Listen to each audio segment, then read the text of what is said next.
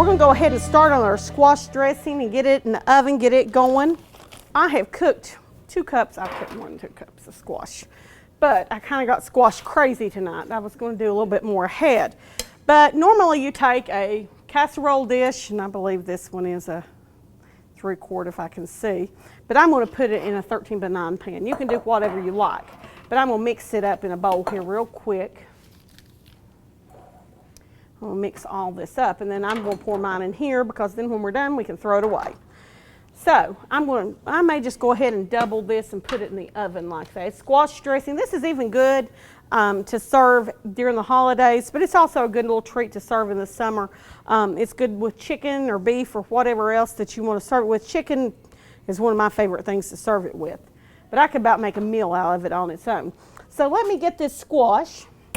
Now I have, like I said, I have cooked a little bit more squash, so we may go ahead and double this because I got a little crazy. 1 squash, see if I can find my strainer real quick. 1 squash makes about a cup. I didn't peel it or anything, but it's about, I've just boiled it in water. You can boil it in salt water, but I just boiled it in regular water.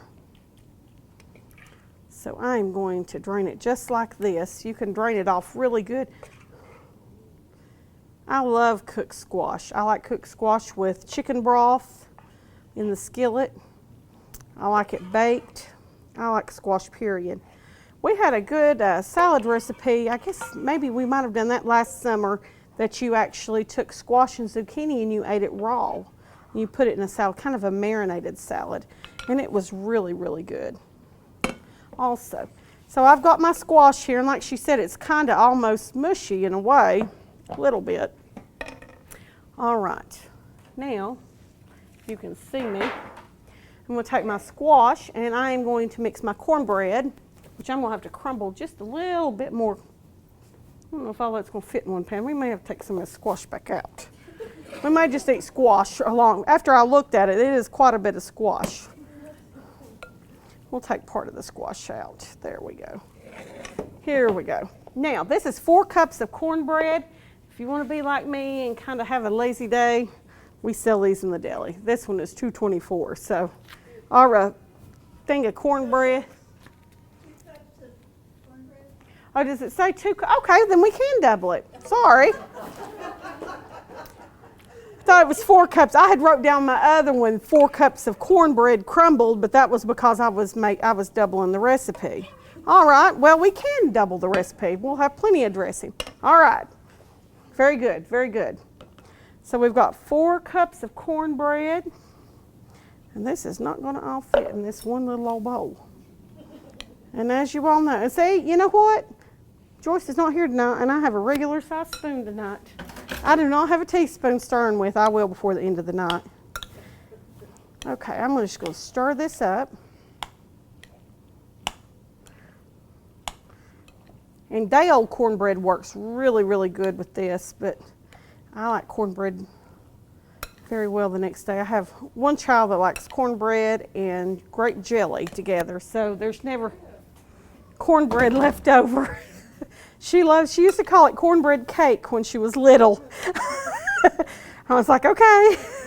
She was a finicky eater, so I was quite surprised that she would eat it. All right, we're going to put our onions.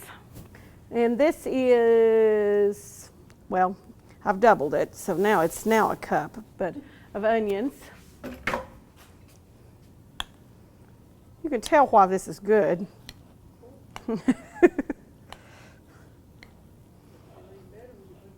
That cream of chicken soup in it. Yeah, it's fat-free. It's all fat-free tonight. Didn't you know that? That's right. All right. This is a good Southern recipe. You can tell this is a Southern recipe. All right. Now, we're going to take, I've got to get eggs in here also, a little bit of sage. I'm going to sprinkle with a little bit of sage.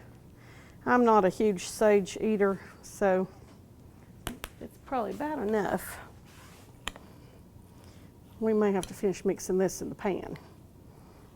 Because like I said, I got a little bit crazy here. All right, now what else do we like? We like our soup and our butter and eggs. Okay, yeah, we're definitely gonna have to mix it something else. Let me get my butter out. What did I do with my butter? Here it is. We gotta melt it. I have been melting butter like a mad woman. Half a cup. Well, you know what? I got butter melting right here, so that will work just fine. All right.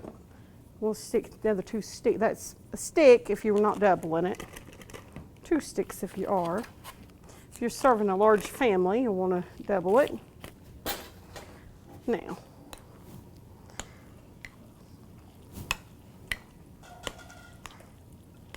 oh, that's starting to smell really good. You know, people that don't normally eat squash eat this. That's what I like about it. If I quit getting it everywhere. If I quit getting it everywhere, it'd be even better. All right, now we got to get our eggs in here. This one.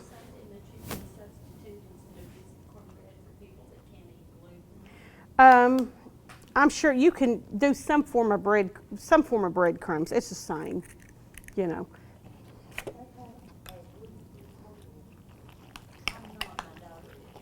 Yeah, they've got a lot of new things. I bought gluten-free oats yesterday, and I didn't realize there were so many different varieties of oats that you could buy. I figured I would have trouble finding them, and we've got quite a few kinds. And so I was amazed, and they're a little bit softer than regular oats, so we'll see. We have a lot of different gluten alternatives here. We sell a whole lot of, because more and more people, you know, are becoming, you know, eating gluten-free and discovering they need to eat gluten-free. So I'm breaking my eggs in here. Should you use 6 eggs? I am, because I'm doubling the recipe. That's why we have such a large bowl here of stuff. Stuff.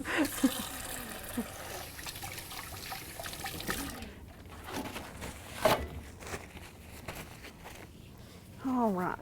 And normally I would beat each egg as I put it in, but for obvious reasons, we know why I have not.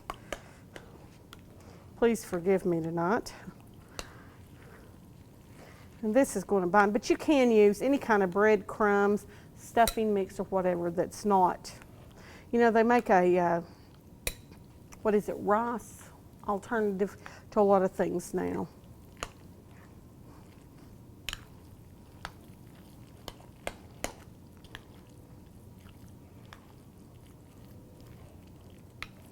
All right. You know, just a few years ago, it was hard to find things that were gluten-free, and now it's popped up everywhere. I remember when one of my children was younger, and she couldn't have anything with any dairy products in it, and finding things with just soy in it alone was very, very hard, and now it's everywhere. Okay, now since this was such a large recipe, I have put it in this big pan.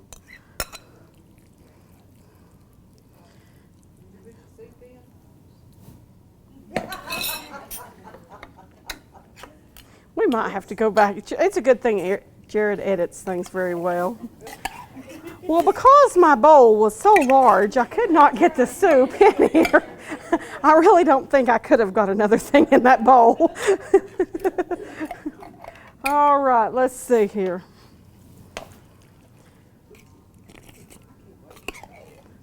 This is amazing. And like I said, people that do not eat squash will eat this. But by the time you get the squash cooked, but I love the taste of squash, so I'm not one of those people, but I'm just going to start. Now I have sprayed this pan, so I'm trying to carefully beat this around. It may take a little while to cook, so we're going to go ahead and get it on in the oven since I have made such a large portion, but I've got something else in the oven or I would split it up. All right. All right. And we're going to put this in the oven. And the oven does not feel.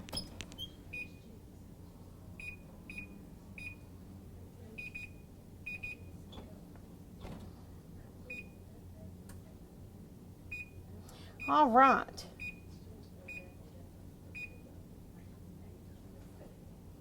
Oh,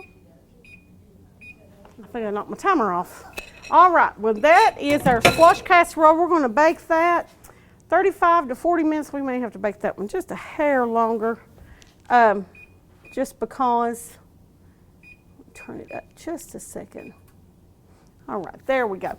Now, so you saw how easy that was, and you can go ahead and actually make that ahead and cover it and keep it in the refrigerator, then take it out, kind of get it a little bit warm, not room temperature, but set out a few minutes, and then put it in the oven if you're in a hurry one day. So it's a great alternative to making it ahead.